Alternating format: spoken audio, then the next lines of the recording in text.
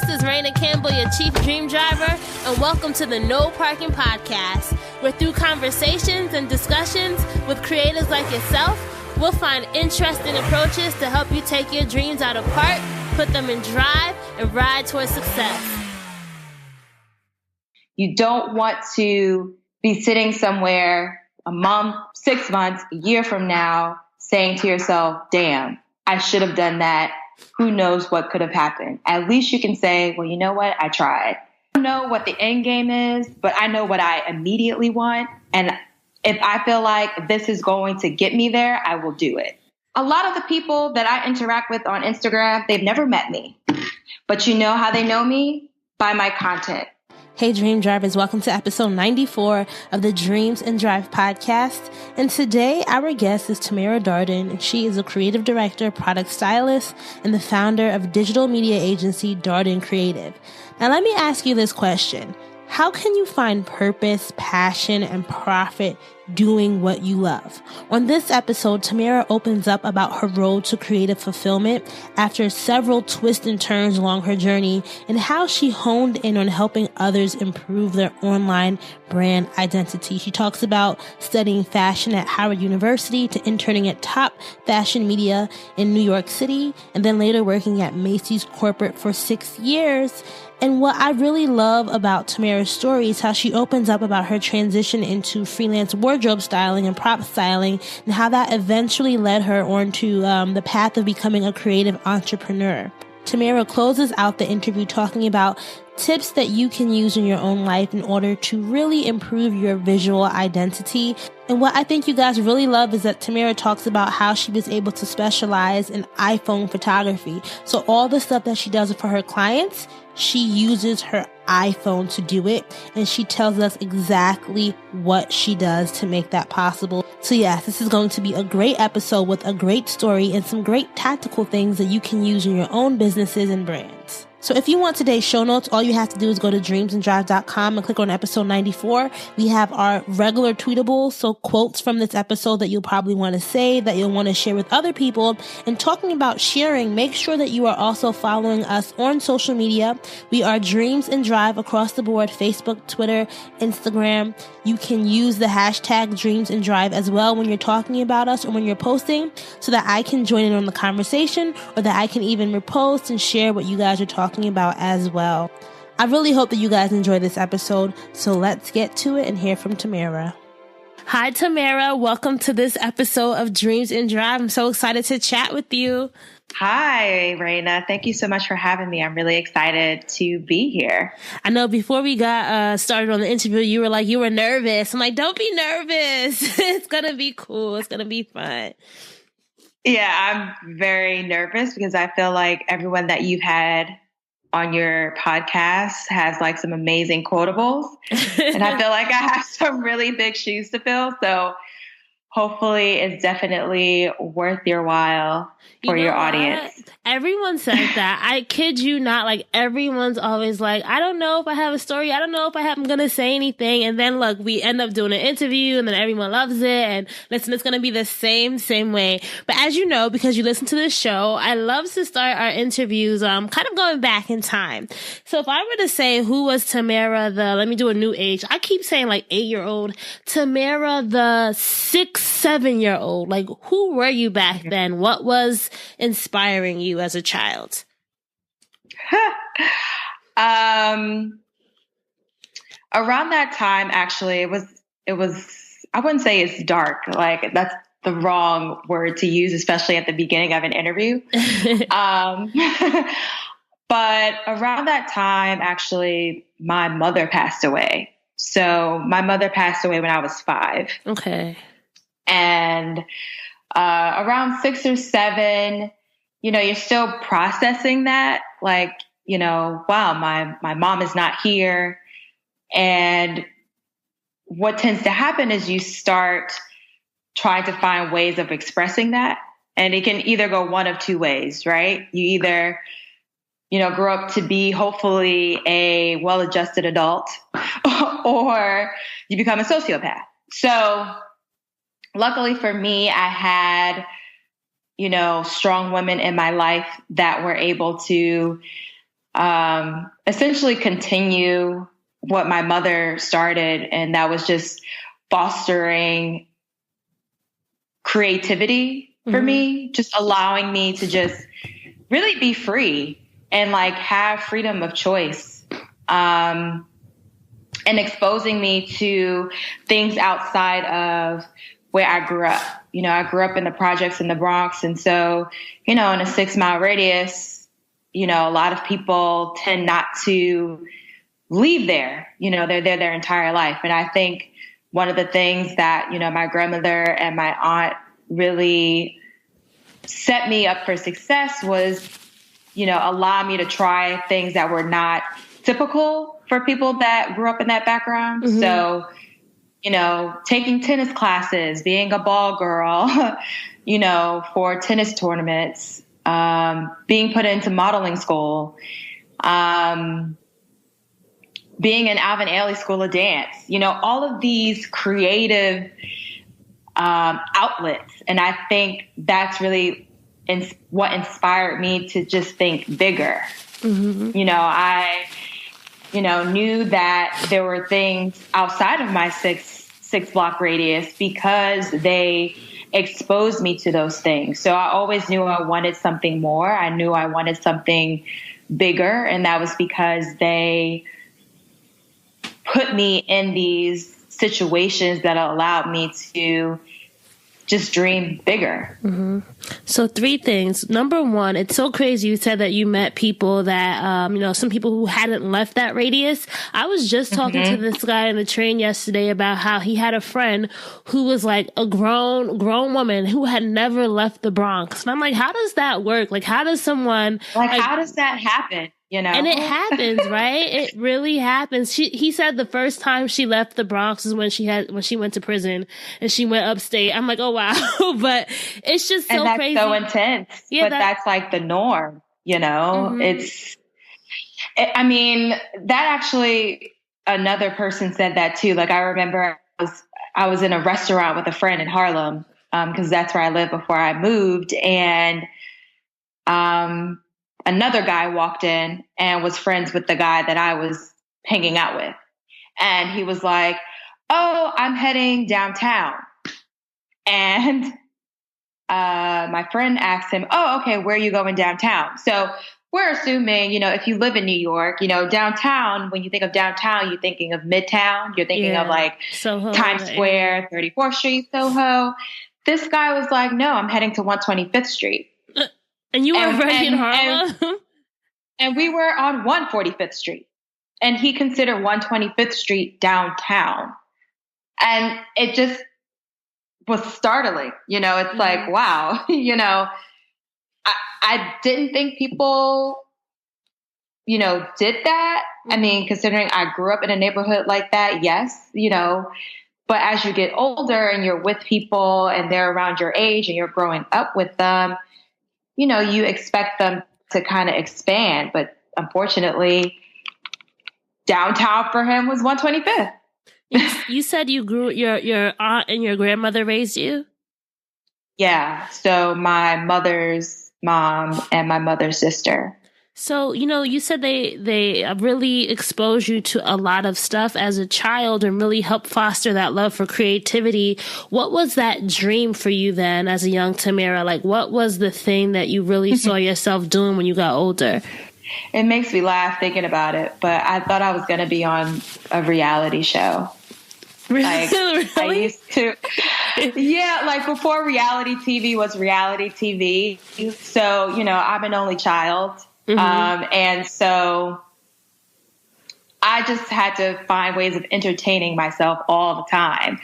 And so one of the things that I used to do is I had a Barbie set and I had a Barbie house, but I didn't like the house. So I built another Barbie house, like out of shoe boxes, like had an elevator and everything. And so I think I even like made an airplane, I think, once for my Barbie dolls. But anyway, and what I would do is I would sit them like in a row and just like start talking, like as if I was like on a TV show.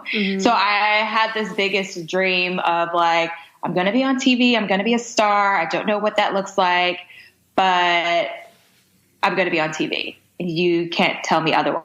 And I also knew that I wanted to work with my hands because I made a lot of things when I was a child. So, you know, making the airplane, creating clothes for my Barbie dolls. Like I remember I had these like 4 quilts that were gifted to me when I was a baby. And I like cut up 3 of them. One, I made a vest for my father for Christmas, like cut it up. It was like a red blanket. And the other 2, I cut them up and created clothing for my Barbie dolls. Did you not get in trouble? I would have gotten in trouble. That's the thing. I think that something that has always stuck with me is just like freedom of choice. And just like that, I don't know, that childlike wonder. And I did not get in trouble. I did not get reprimanded. I mean, I had a sassy mouth, so that's where I would get in trouble and like it popped in the face every once in a while.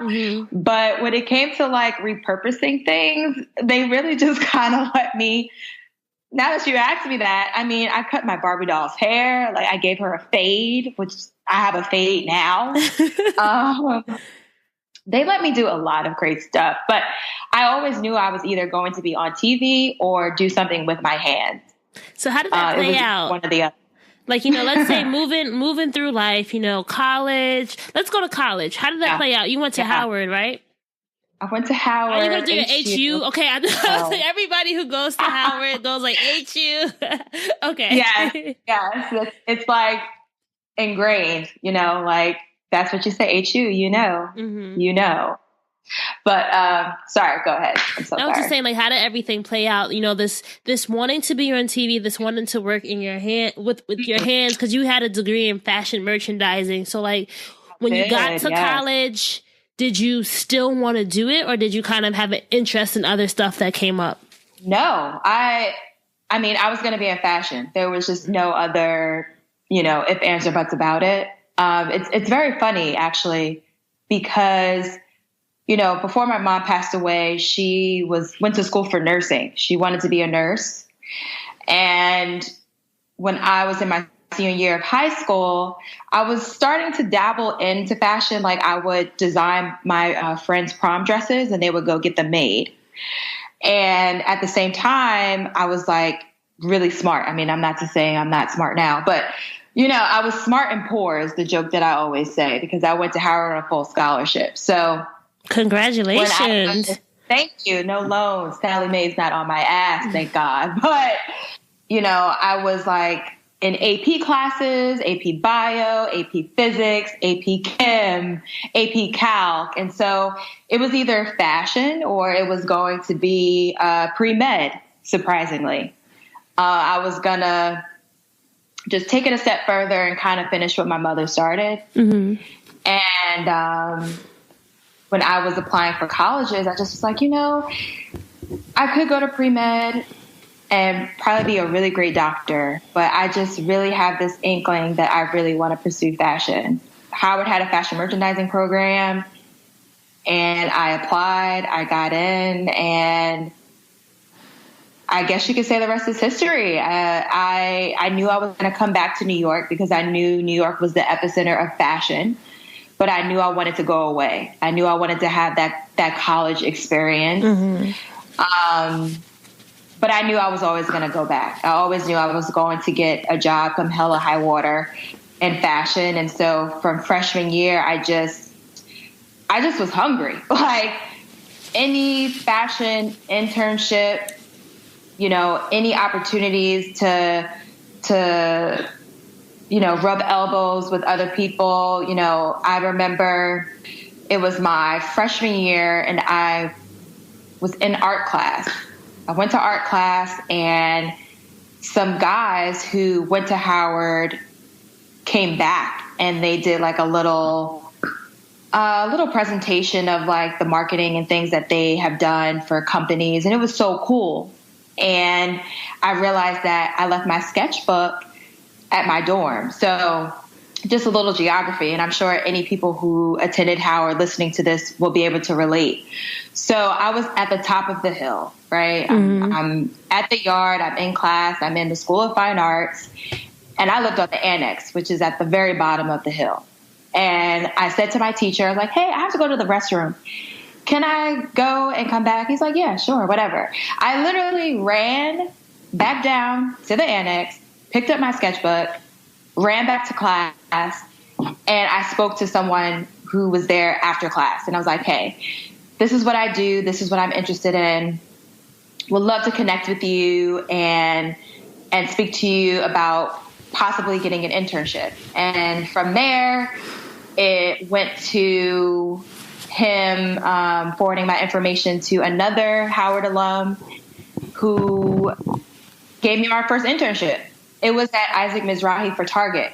And it was just simply for me just saying, you know what, like, I need to have this. I need to do this. This is what I came here for. I need to make this happen.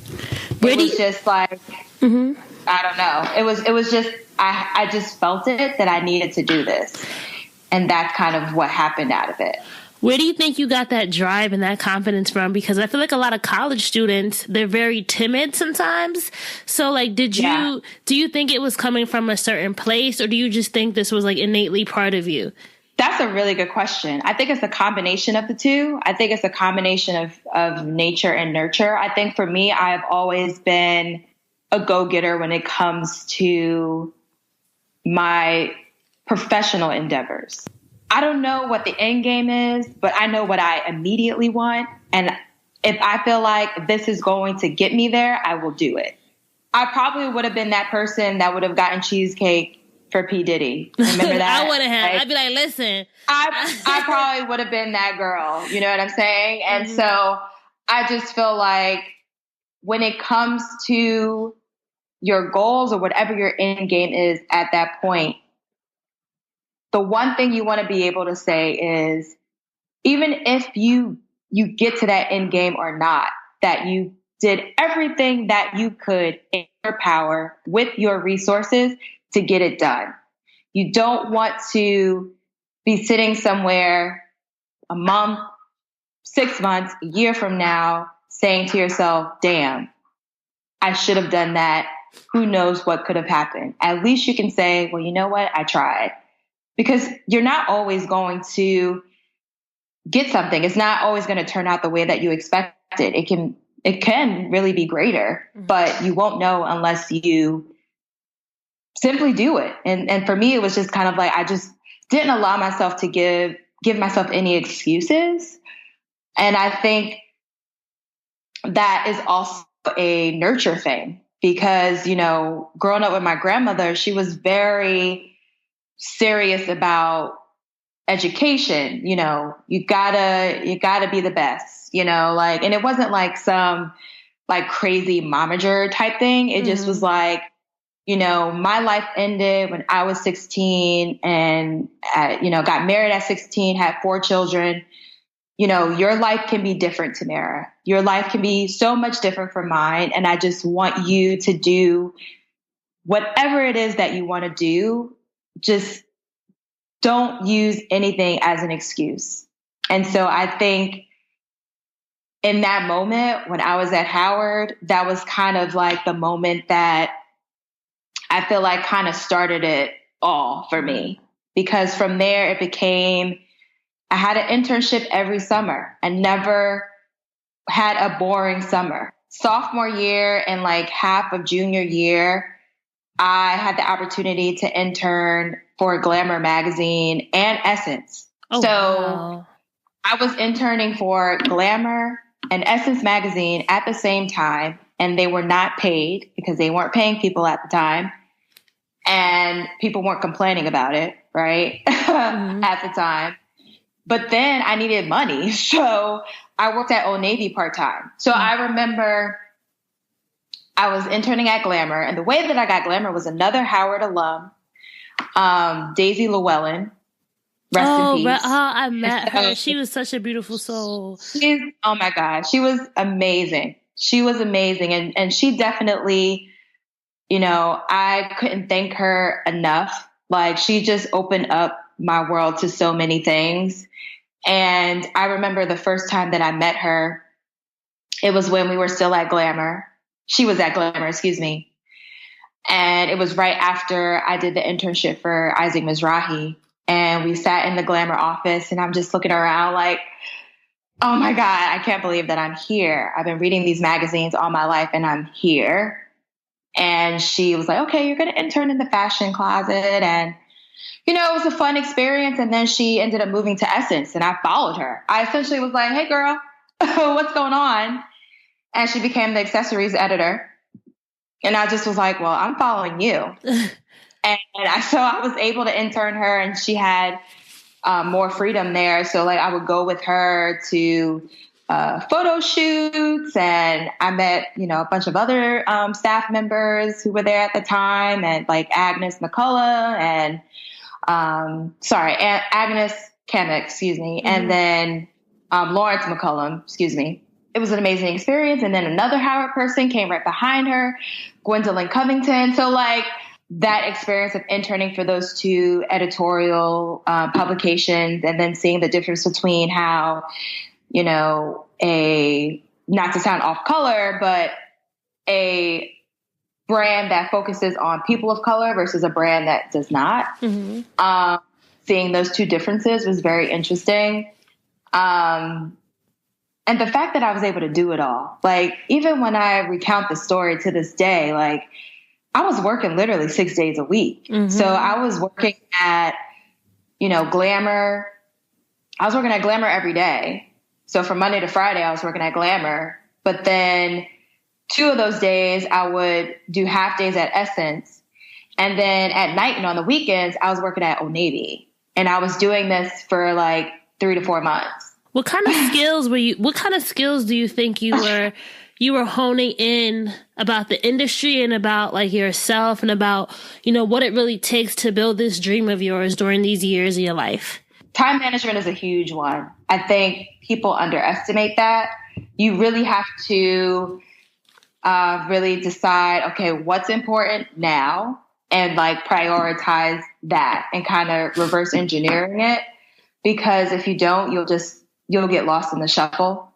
I think the other skill too was just really interpersonal skills, because this was the first time that I'm around all of these adults, right? Like mm-hmm. I'm like 19 years old, and I'm working with people that are in their 30s, in their 40s. And so being able to have these well-spoken conversations, like as if I know what I'm talking about, and just being confident, because when you're working in the fashion closet, especially at Glamour, chances are 9 times out of 10, you're probably the only brown girl in that closet. What happens when you work in a fashion closet? I just always wondered that. Like, what does it actually mean to work in a fashion closet? Well, first of all, a lot of people get turned off because the reality is, it is task oriented. That's the first thing. It's not as glamorous as like Devil Wears Prada. You're not wearing the clothes that come into the fashion closet. You're not borrowing shoes.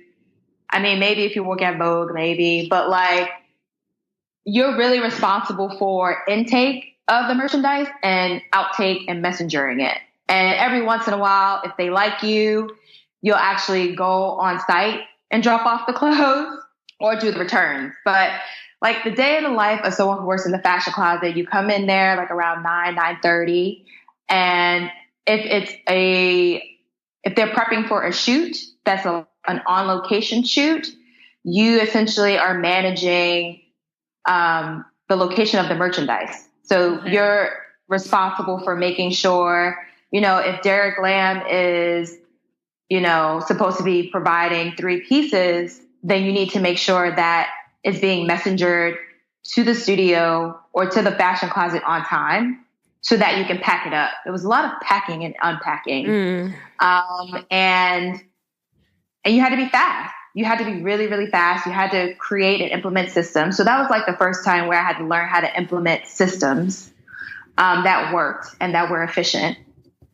And I guess they liked me because I interned twice.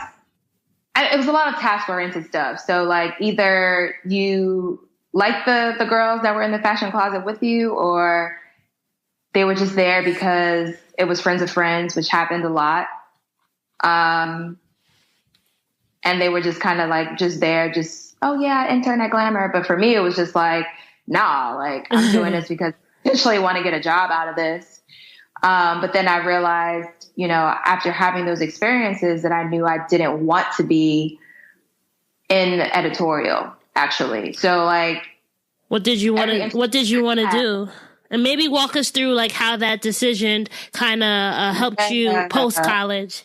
The summer before senior year, I had the opportunity to be an intern for the BRAG program. So Black Retail Action Group. Which was an amazing experience. So I was interning at Walmart, which was a huge experience. That was the first time that I had exposure to product development and merchandising, and just seeing how you can develop a line from ideation to actually it shipping to the stores, and then analyzing the metrics. And so I really enjoyed that, one. And two, I had this big idea that I wanted to be a fashion designer. And when I realized that you don't make money, newsflash, you don't make money as a fashion designer probably for like the first 10 years. Like you're living the struggle life. All those people started as an apprentice at some point. And I was just like, no, I want to make coins.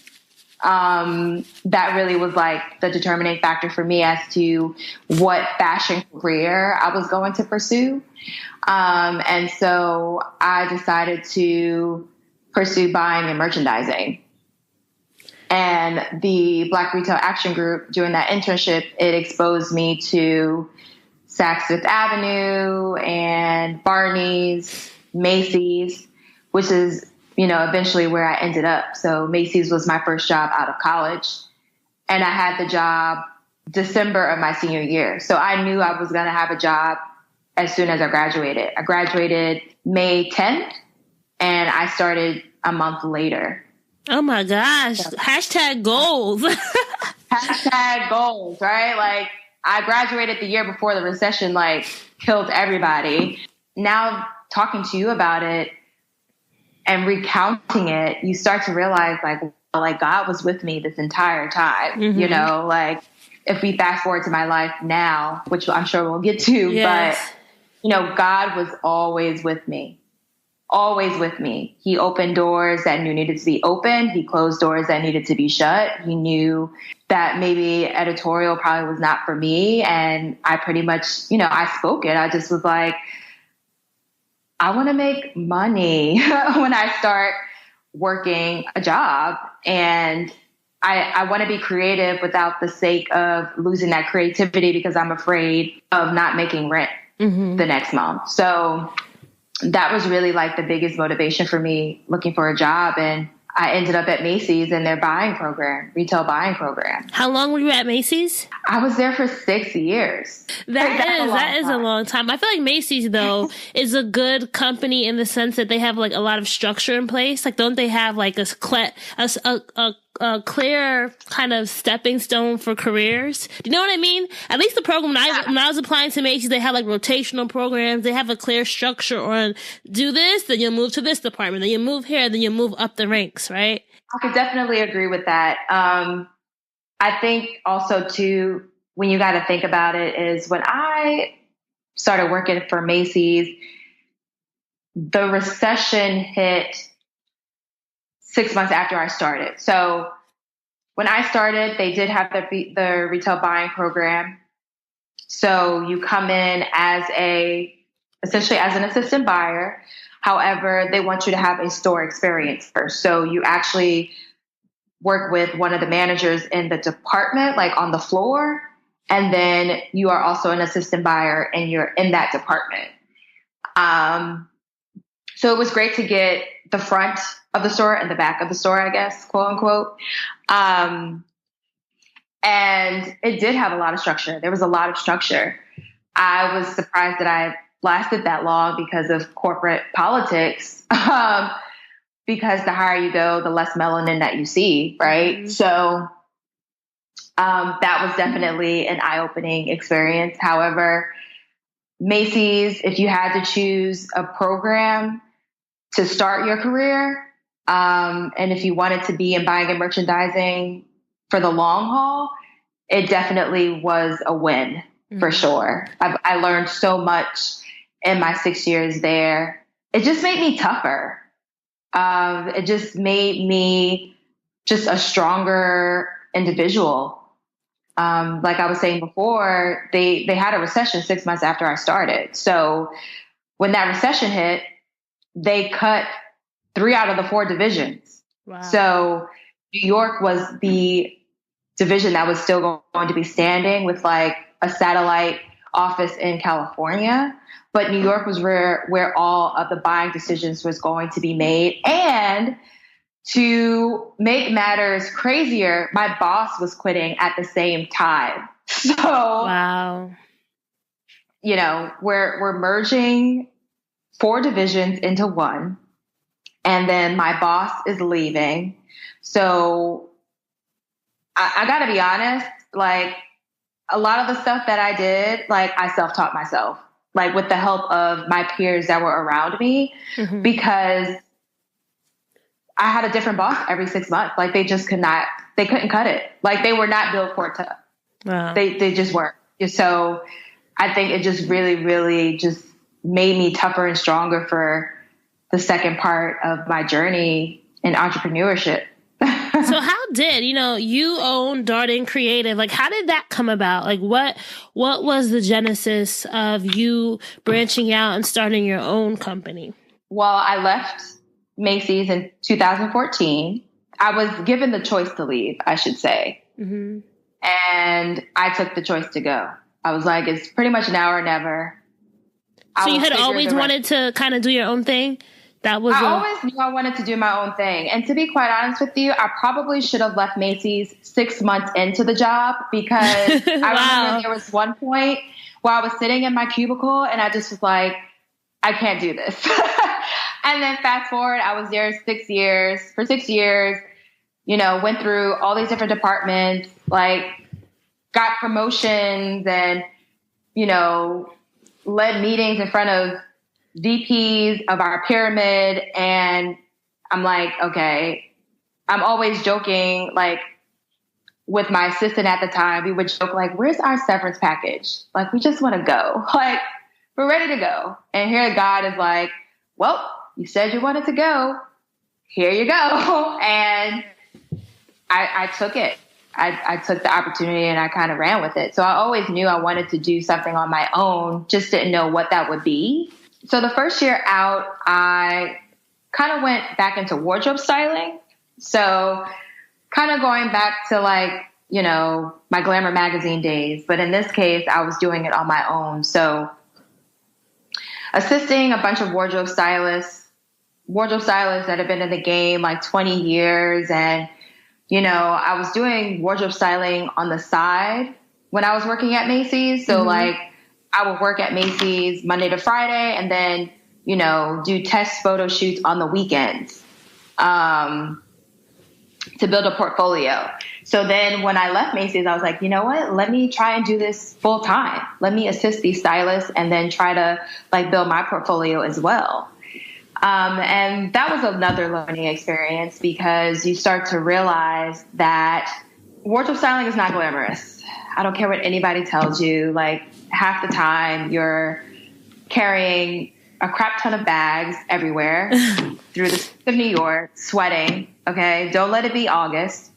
It was not like easy work. Like you really had to work. The thing that kind of made me go, and give a side eye was that I had to chase checks, and I wasn't built. Nobody likes chasing checks. Nobody likes to chase checks, hashtag Ebony, you know what I'm saying? Like nobody wants to do that. No one wants to put anyone on Front Street. So I remember I was assisting a stylist and I got an opportunity to assist a really big stylist on a photo shoot in September of 2014. assisted the stylist. It was $1,000 job. So as an assistant, I was getting paid $1,000 for 2 days. Wow. Like let that marinate. Right. So I'm like, oh my God, $1,000. Like I can use this to pay my rent. Cause my money from, my 401k that I cashed out, which don't try that at home, kids, was starting to run low. So I was like, okay, this is great. Like I'll have this money, yada, yada. I didn't get my first payment for that until March of 2015. Wait, what? Yeah. So let me rewind that. So I did the job in September of 2014. I didn't get the first payment after chasing this girl down until March of 2015. So entrepreneurship kind of was like, listen, I got to control my own. Bingo. It was just kind of like, this woman, she is assisting, not even assisting. She is the lead stylist for Target, Rockport Shoes, Ralph Lauren, other editorial publications. However, you're waiting months on end to get that paycheck, which means I'm waiting and the rest of your team is waiting to get paid. And I just was like, nah, that's not the life that I want to live. That's not how I want to feel in my business. I don't want to feel stressed out. I don't want to be wondering where my next paycheck is going to be. I don't want to be worried about if this company goes bankrupt, because that was her reasoning. Mm-hmm. The company went bankrupt, and so now she has to figure out how to make this money back.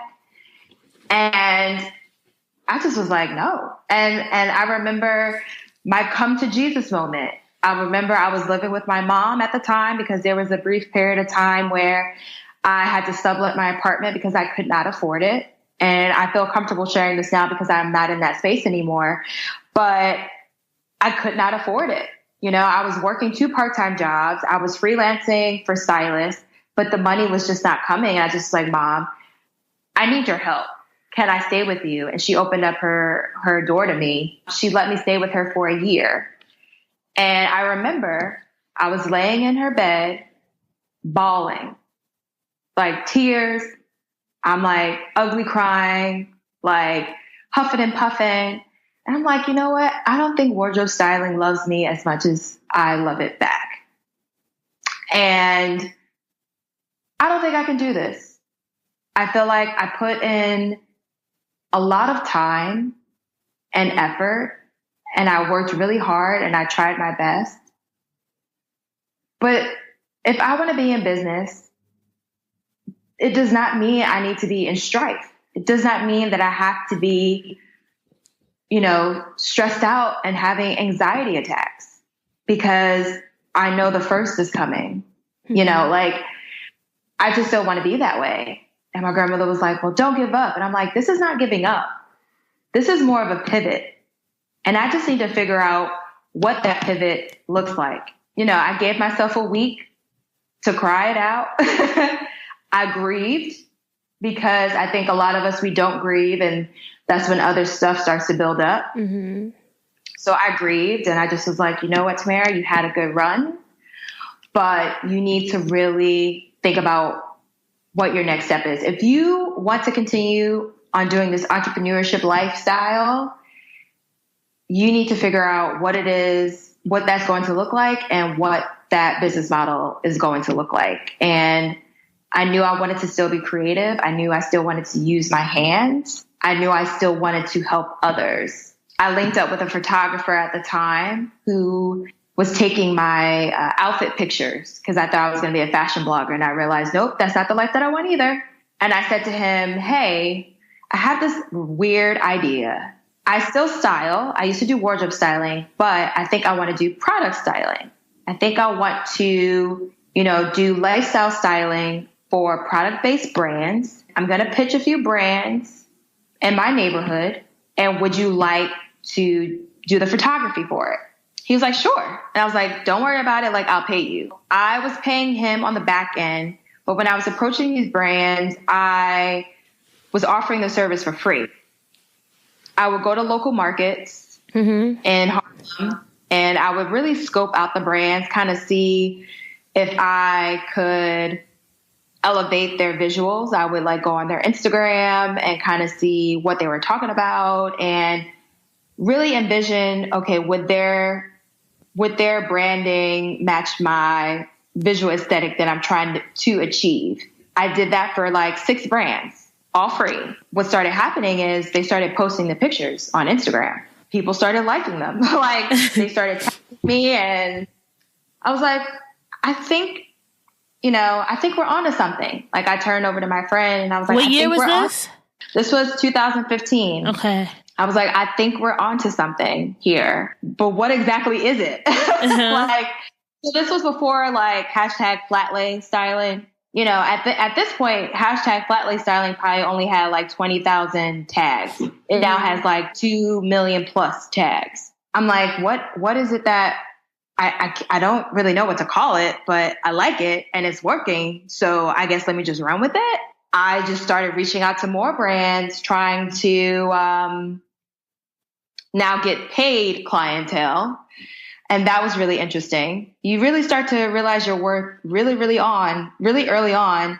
It comes very fast. It's like when they say life comes at you fast. Mm-hmm. Yeah, like you start to realize people don't really understand what this is, but they understand that its importance of having high quality visual content for their brands. And they get that, but yet they don't want to pay. And so you have to understand that you're going to have to say no.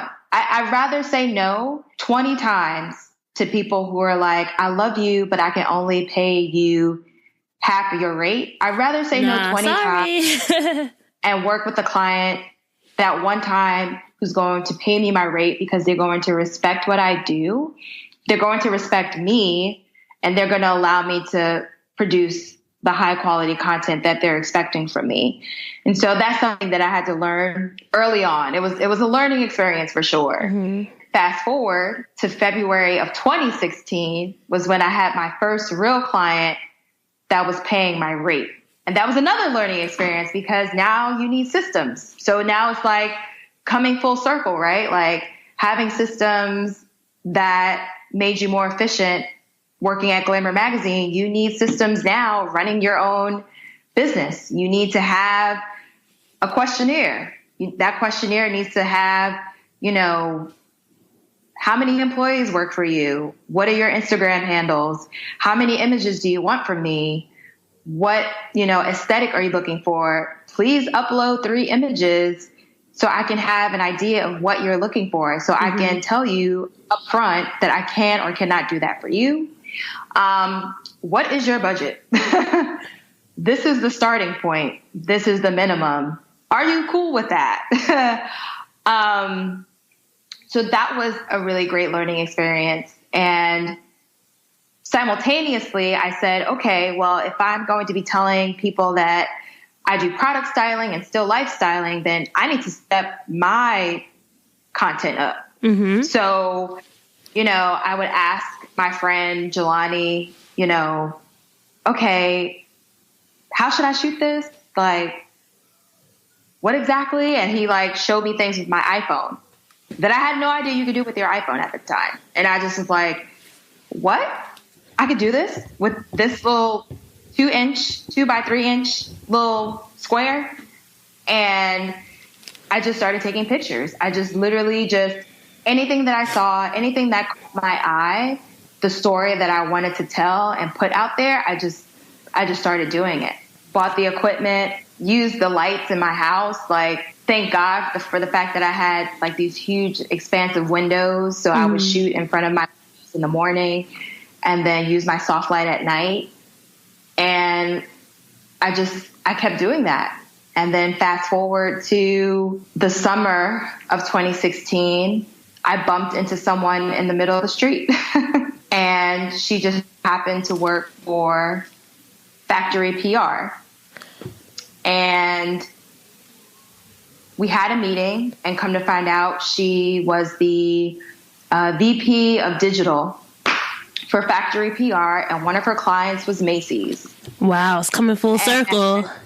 Full circle here. Finally, she was like, I think what you do, there's synergy. And she pretty much offered me the opportunity to create flat lay content for two of their millennial brands, Bar 3 and Mason Jewels. I shot it in my house with whiteboards, with two soft lights, with an iPhone. You delivered it to Macy's with the iPhone?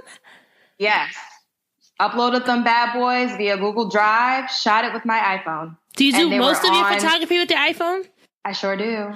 Yeah. Are you doing mostly, so I'm here like baffled. I'm like, what? And are you doing mostly like social content or stuff for the web as well? Social content for the most part, since that's where a lot of people are starting to invest their dollars. Yeah. I mean, even the content that's on my IG, because I knew that it would be a hard sell if you don't have any work, right? So I essentially use my Instagram as my resume. Over these past 2 years, you have really been able to really build the Darden Creative brand and just going. Your Instagram profile will definitely be linked in our show notes. So anyone who wants to go and check out your profile, it's just so like aesthetically pleasing to look at. So what do you think are some key things for people listening in that, you work with a lot of brands? Like, what are some key things that you really need to do if you want to beef up your visual identity online? You know what? The first thing is being yourself. And I know that's a loaded thing to say. But whenever I start with clients, I always ask them a few questions, and they're always the same. The first thing is, who do you think your customer is? So that can be, what her median income is. What does she do? What is it about your business that's going to be attractive to her? What are her pain points that your business is going to solve? And then in addition to that, asking questions about yourself. So, what are 3 stories about your business or about yourself that you feel like can resonate with your audience? So like, 3 stories for me, for example, would be 1, the whole journey of how I landed on Darden Creative, because it definitely is a myriad of experiences.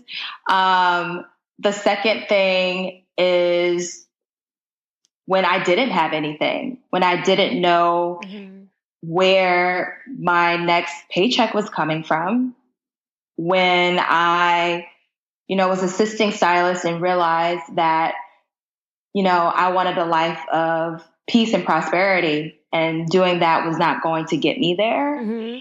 And the third story really is, and this is one I don't really share, but it's starting to share, is about my mom. And just even though she, passed away when I was very young, I still have her stories to kind of, propel me forward. My third story, part B, is my grandmother, because my grandmother, I remember when I moved down to DC, or was considering moving down here, my grandmother said to me, by the time I was your age, I had 4 children and was married. So you do whatever you feel like is going to get you that peace and that happiness. Go out and do it.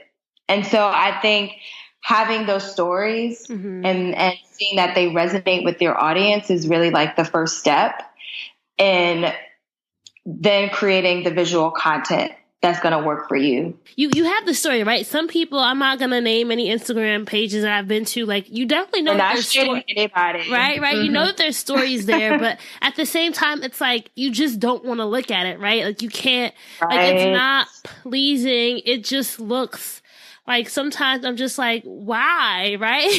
It's not whoa right. It's or like, wow, it's why. Yeah. So what are and some I think tips? The reality, well, I think the reality is that I think, I know we're all like, oh, it's your energy, which I'm like that too. Like, yes, your energy is your energy. However, if you are a business or if you are a brand and you are trying to get exposure, and you're trying to get people to look at you, you have to look good.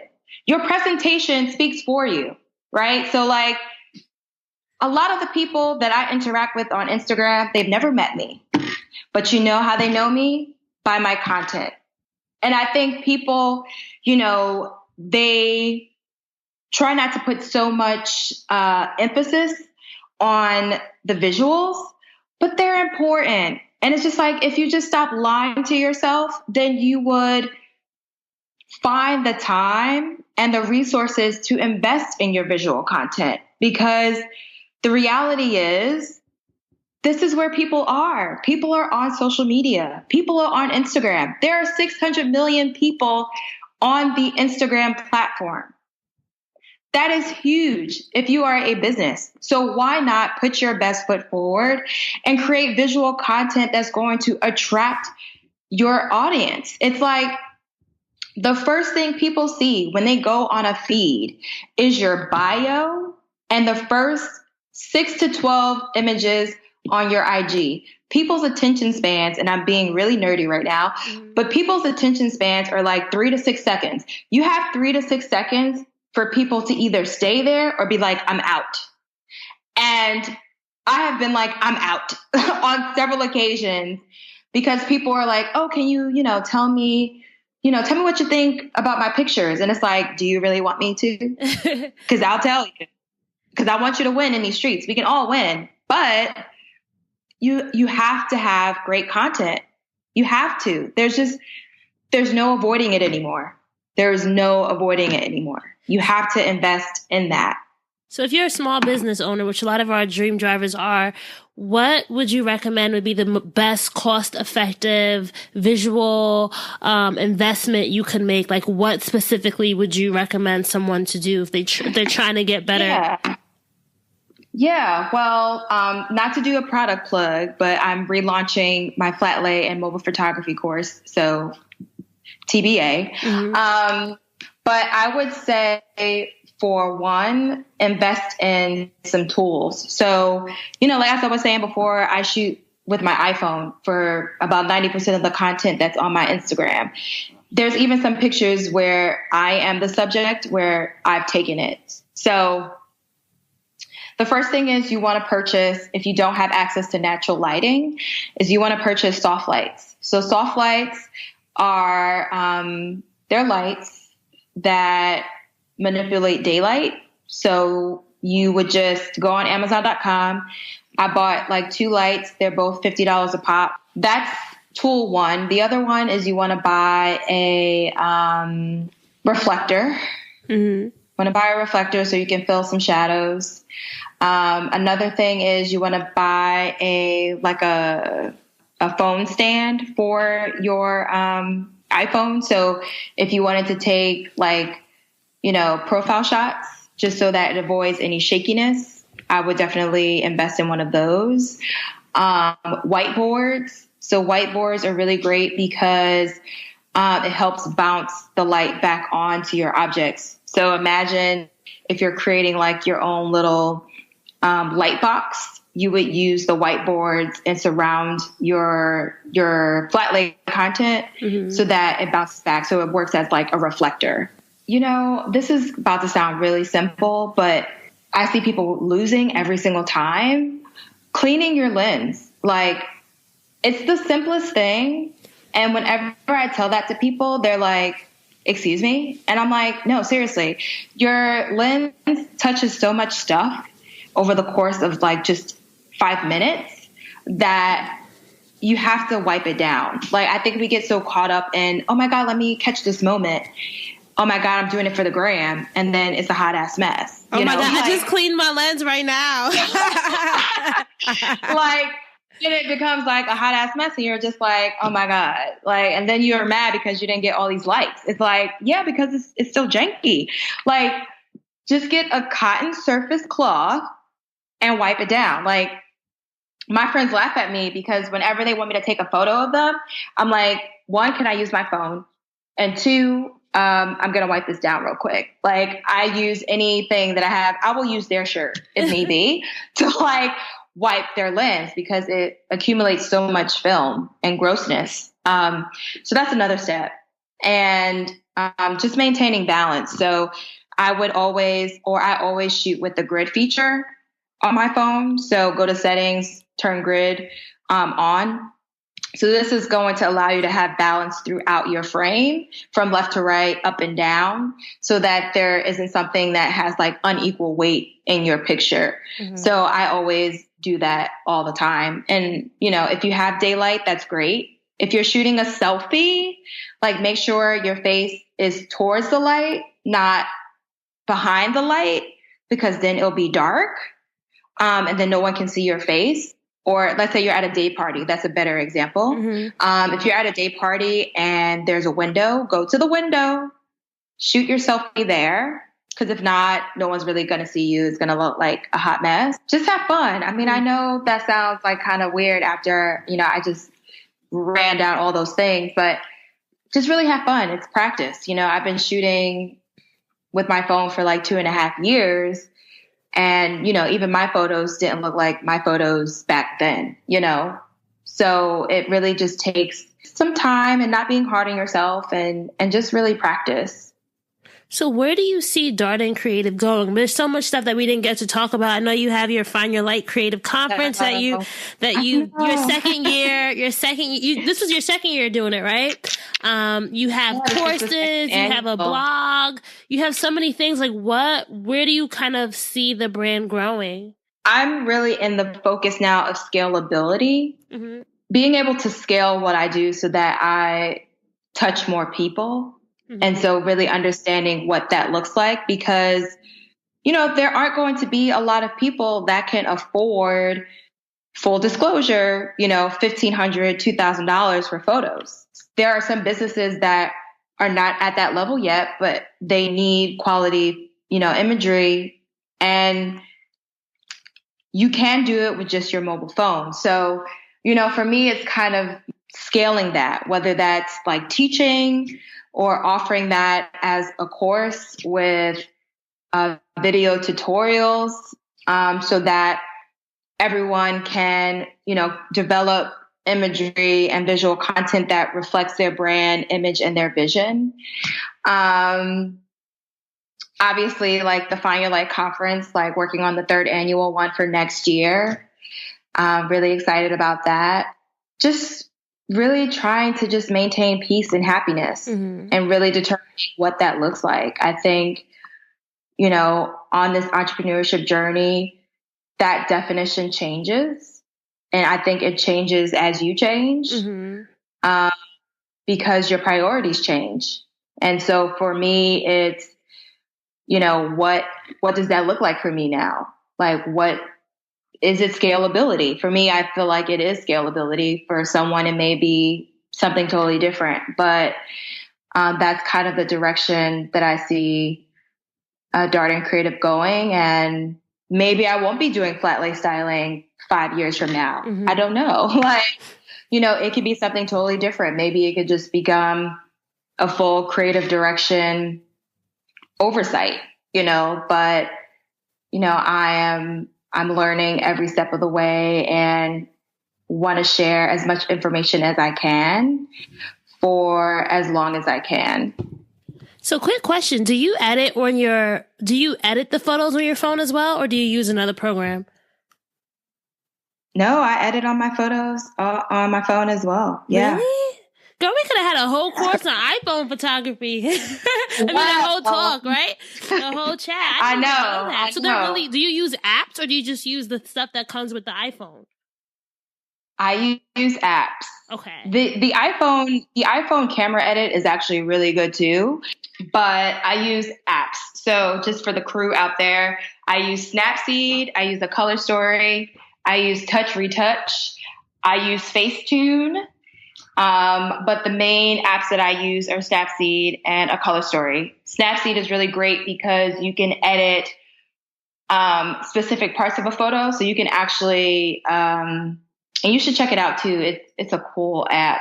You can drill down to one area of the photo and edit that one area without manipulating the rest of the photo. And a Color Story is great because it's a filter app. It's like Visco. I stopped using Visco a year ago because I just preferred the filter offerings from a Color Story better. I just felt like it matched my aesthetic better. when you download the app, there's like 3 or 4 filter packages that it comes included with, but then you can buy additional ones for like $99, $1.99, $2.99. So obviously I bought them all because it's just like, why not? I'm going to have to check that out before, I know tonight I'm going to be like, let me download all these apps that Tamera. But I know, like, that's definitely something I'm looking to do. Like, that's the scalability part, like having these like tutorials and like sharing them, like, here, be free, go ahead. Yeah. So let's go into our lightning round, Tamera. So this part of the interview, I'm going to give you a prompt, and I want you to tell me the first word that comes to mind. Remember, we're sticking with our whole like dreams and drive metaphor. You've heard people do this, so this should be a breeze for you, okay? So the first, the first word is park. Breathe. Reverse. A setback. Neutral. Rest and breathe. Drive. Go forward. Oh, see, that was good. That was very like, I felt like yoga. I felt like we were in a yoga class or something. Yes, I love yoga. I do it all the time. So if you want to be a dream driver, you have to have your keys to success. So Tamera, tell me 3 things that you think every dream driver needs in their toolkit before they hit the road.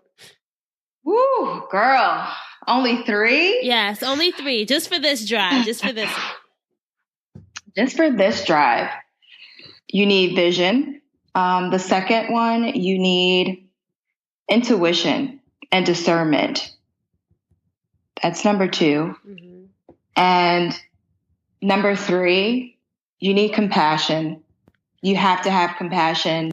You have to be relatable, and it has to be authentic and genuine, because that's the only way you're going to be able to make it in this industry, because people will smell the authenticity a mile away. What keeps you going when you feel like giving up?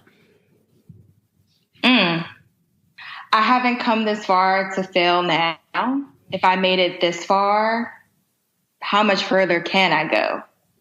If I just go one more day, just one more day, that's like, don't think about what's on your agenda a month from now. Like, I know we have goals, like, okay, these are my 3-month, my 4-month, my 6-month, but there's going to come a time where you're just like, stop. Breathe. Let me just make it one more day. That is some great advice, Tamera. Thank you so much for this episode. I feel like there was just so much that we talked about, so much that we didn't get to talk about, but people can definitely find you online as well. So tell our dream drivers where they can find you online if they want to know more about your story, if they want to connect with you personally, check out your dope Instagram feed. Tell us where we can find you. Yes. So you can find me on Instagram at Darden. So like Christopher Darden. So Darden_creative. Or if you want to shoot me an email, because I respond to those within 24 to 48 hours, most of the time, you're going to email me at info@Darden Creative. Or, you know, if you see me in real life, please come up to me. Don't be afraid. I don't bite. But yeah, that's where you can find me. You know, I want to just ask you this. I don't know if this is going to be too personal, but I know you mentioned in the beginning of the episode about, you know, your mom, and then you mentioned how like her stories that you have of her and those memories that you still have of her kind of keep you going. Like, what kind of legacy, or like, what do you want, you know, thinking back on your own life, like what kind of legacy do you want to create or to leave behind for like the people that will come after you?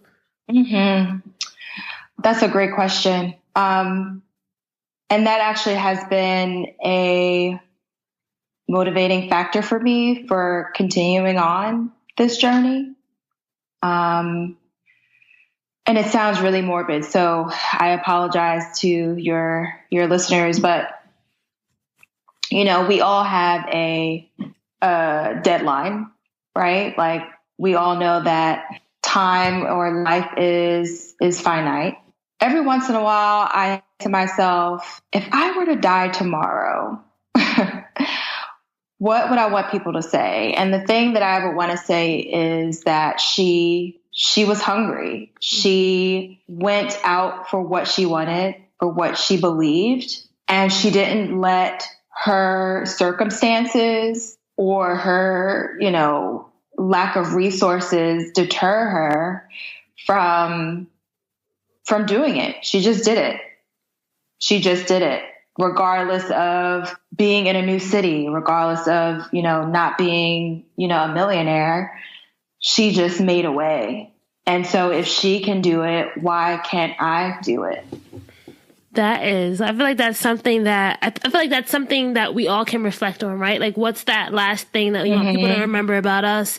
And what's that takeaway? Because people don't always remember what you do, but they remember how you made them feel, right? Make them feel. Yeah. Absolutely. So that is something that, I think it's important for us all to kind of think about as we are on our dream driving journeys.